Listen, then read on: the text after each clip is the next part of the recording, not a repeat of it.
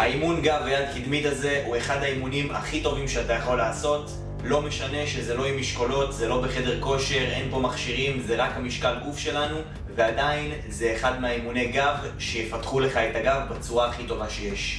נכון שכל התרגילים פה הם תרגילים מורכבים, אנחנו לא מבודדים אף שריר באימוני משקל גוף. תמיד תהיה קבוצת שרירים נוספת שעובדת תוך כדי, אבל האימון הזה מאוד אפקטיבי כי העומס גם על הגב, גם על היד קדמית וגם על האמות הוא גדול מאוד. אנחנו מקבלים את היתרונות של כל אחת מהקבוצות שרירים האלה בתנועה אחת בלבד.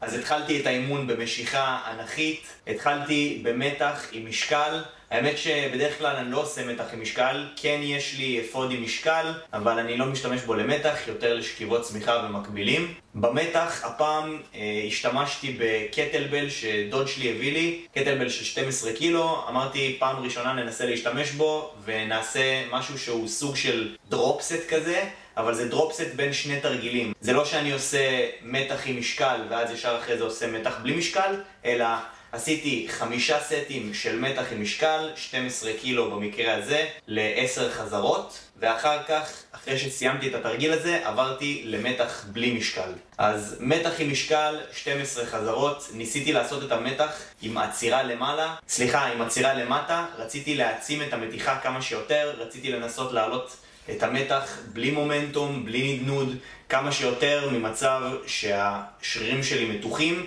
בלי להשתמש גם ברפלקס המתיחה. לפעמים רפלקס המתיחה זה רפלקס שכשאנחנו מותחים את השריר וישר מקבצים אותו, אנחנו מקבלים סוג של אפקט של קפיצה כזאת. ברגע שהשריר נמתח, בגלל שהוא אלסטי, יש לו נטייה להתכווץ, אז זה עוזר לנו לעלות למעלה במתח. ניסיתי לנטרל כביכול את האפקט הזה כדי לגייס יותר סיבי שריר ולהפוך את התרגיל ליותר אפקטיבי. תנסה את זה גם, תנסה לעשות את התרגיל הזה עם העצירות האלה למטה. זה גם עוזר לסדר את הנשימה ולהרגיש קצת יותר טוב מבחינת שליטה בתרגיל. אני עשיתי דקה מנוחה בין סט לסט, סיימתי את זה, ואז עברתי לתרגיל השני. התרגיל השני היה מתח רגיל בלי משקל.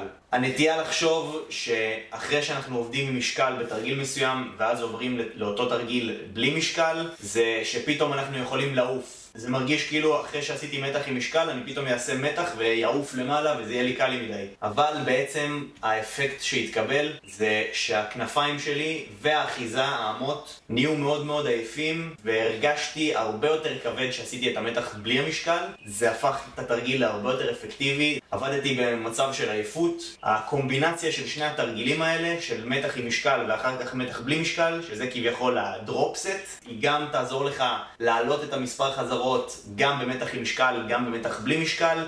היא גם תפתח לך סיבולת אם אתה עובד במספר חזרות שאנחנו עובדים. פה במקרה הזה עשיתי 3 סטים של 15 חזרות עם דקה מנוחה, בדיוק כמו בתרגיל הראשון. אז קיבלתי בעצם את האפקט של השרירים העייפים והגוף הכבד, והרגשתי כאילו אני עושה מתח עם משקל באותה מידה של התרגיל הראשון. פה לא עבדתי במצב של תלייה מלאה בכל חזרה כמו שעשיתי בתרגיל הראשון, לא עשיתי את העצירה הזאת, השתמשתי ברפלקס המתיחה, אבל עדיין הצלחתי להגיע למצב של כשל. הגעתי למצב שהאמות שלי שורפות בסוף כל סט, וזאת הייתה המטרה של התרגיל, להגיע לכשל, לעבוד בעצימות גבוהה. אני אישית אוהב לעבוד חזק, אני מתאמן מנוסה, אני עושה את זה כבר המון זמן, אז אני מגיע לכשל באימון הזה לצורך העניין, כמעט בכל סט. אם אתה לא מתאמן כזה מנוסה, אם אתה לא רגיל להתאמן בעצימות כזאת גבוהה, אתה לא חייב להגיע לכשל בכל סט, אתה יכול לעשות 2 חזרות לפני כשל, או אפילו 3 חזרות. אחרי זה, אחרי שסיימנו עם תרגילי המשיכה האנכית, עברנו לתרגילי משיכה אופקית. אלה התרגילים שהם בעצם מפתחים לנו את העובי של הגב, הופכים את הגב לגב הרבה יותר עבה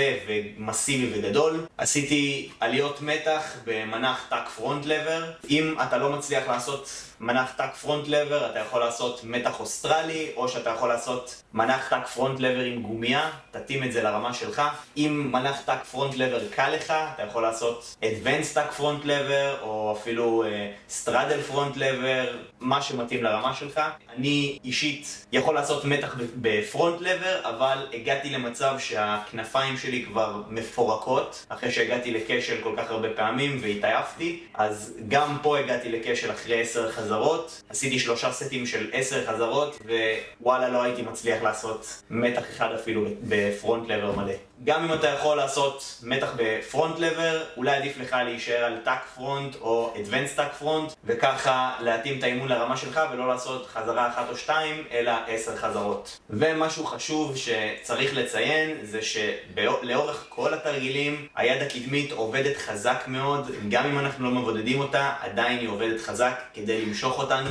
והתרגיל הרביעי היה מתח אוסטרלי, בעצם זה כמו דרופסט של התרגיל הראשון והשני, שעברנו ממתח עם משקל למתח בלי משקל. מתח בטאק פרונט זה סוג של מתח עם משקל, נגיד את זה ככה. אנחנו יוצרים עם המנוף של הגוף עומס קצת יותר גדול על הגב ועל הכנפיים, ולכן כשאנחנו עושים מתח אוסטרלי, שזה בעצם וריאציה קצת יותר קלה של התרגיל הזה, זה כאילו הורדנו את המשקל ועכשיו אנחנו עושים את התרגיל בלי משקל. פה גם עשיתי 5 סטים של 10 חזרות. תנסה, אם זה מרגיש לך קל מדי, לרדת קצת יותר לאט, לא לרדת מהר. גם פה לא להשתמש יותר מדי ברפלקס המתיחה. ונקודה נוספת, אם אתה רוצה קצת יותר להעצים את העבודה של היד קדמית, אתה יכול לעשות את כל התרגילים שבסרטון הזה בסופינציה, וזה הכל.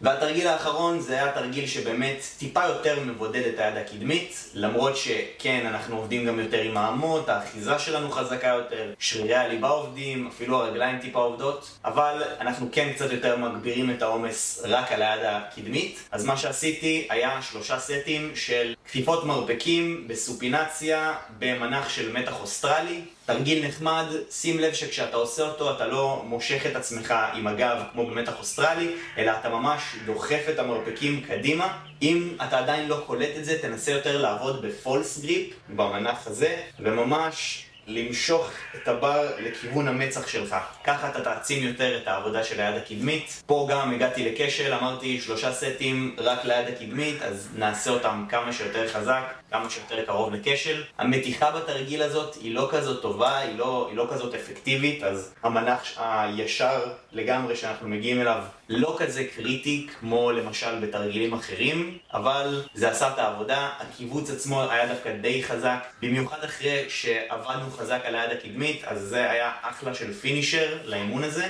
ואתה מסיים את האימון גם בסוג של פאמפ ליד הקדמית, וגם אתה מרגיש שהיא עבדה חזק. וזה הכל האימון הזה. אם אהבת את האימון, שים לייק, תירשם לערוץ אם אתה עדיין לא רשום, תכתוב לי בתגובות איך היה לך האימון הזה, אם עשית אותו. זה הכל, נתראה בסרטון הבא.